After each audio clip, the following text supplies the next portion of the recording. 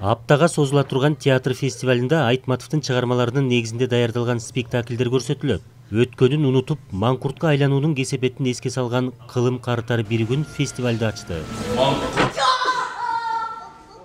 Зал толо эл, көрүүчүлөргө орундуктар жеткен жок. Айтматовдун мурасы, анын чыгармаларындагы баалуулуктар ар өлкөнүн театр ишмерлери тарабынан апта бою даңазаланат. В основном нельзя забывать про жизнь. Он в основном расписывает про жизнь человека, как он ведет себя. В общем, не забывать про свою историю. Всегда нужно помнить их.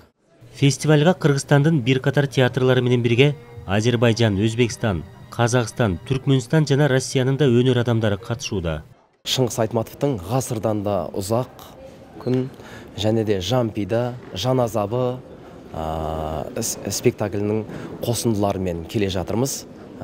Осы фестивальға арнайы жасалып келе жатқан спектакль. Бұйырса, осы қырғыз елін қуантамыз деген ойымыз бар. Фестиваль үчүн байгелер каралган, жеңүүчүлөрдү калыстар тобу аныктайт. Атайы ушу номинациябызды киргизгенбиз Айтматовдун чыгармачыл дүйнөсүн терең ачып берген чыгарма. Андан тышкары Айтматовду таанып билүүдөгү өзгөчө жаңылык киргизген спектакльдер. Мына ушул сыяктуу эки номинациябыз бар. Бирок албетте башкы номинация бул баш байге деп аталат. Баш байге ал бардык жагынан ушул мен айтып аткан критерийлерге да жооп бериш керек. Андан тышкары анын көркөмдүк бедели өтө жогору болуш керек. Андан тышкары дагы 11 номинациябыз бар. Ал актёрдук иштерге тийиштүү, режиссурага тийиштүү, сценографияга тийиштүү. Айтматов жана театр фестивали 6-чы рет уюштурулууда. 5 жылда бир өтүп келген театр майрамына бул ирет өзгөчө көңүл бөлүндү.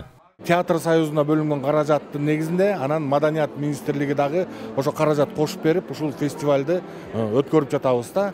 Бунун биз баягы санына эмес, сапатына карайлы деп абдан ошол келип түшкөн сунуштардын абдан талаш тартыш менен өзүбүздүн республиканын ичиндеги театрлардын дагы ар бир театрдын коюлган спектакльдерди каратып, ошонун ичинен гана тандалып алынды. Таарынычтар аябай көп болду.